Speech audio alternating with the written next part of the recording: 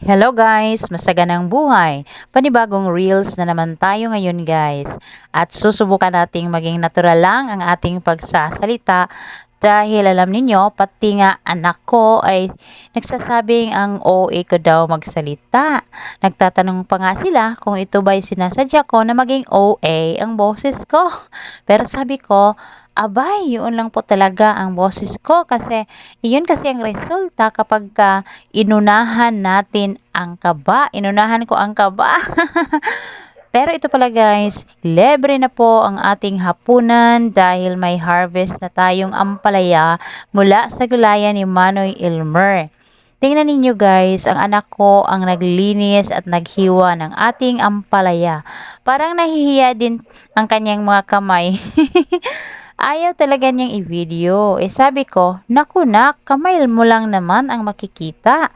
Awkward na awkward daw talaga sa kanya. Pero, ito, para hindi siya, para maging kampante talaga siya. So, time-lapse na lang po ang ating ginawang video dito.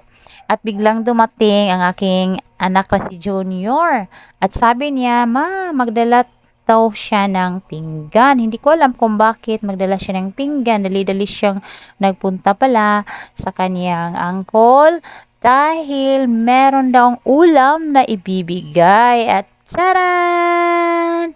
Ito pala guys, ang sinasabing ulam. Alam niyo guys, nagagalit ang anak ko dito dahil ipinivideo ko pa daw. Gutom na daw sila at nagbibideo pa ako. Nako, nag-aaway kami ng anak ko. Pero, nagkasundo naman kami sa kinalaunan. At dahil may lechon tayo guys, so bukas na lang natin iluto ang ating ampalaya. So ngayon, kinabukasan, ito na, niluluto na natin ang ampalaya. At syempre, libre na din ang ating agahan. Pero yung mga batang anak ko guys, yung maliliit, itlog pa rin ang kakainin dito. Mahirap talagang pakainin ng mga bata ng ampalaya.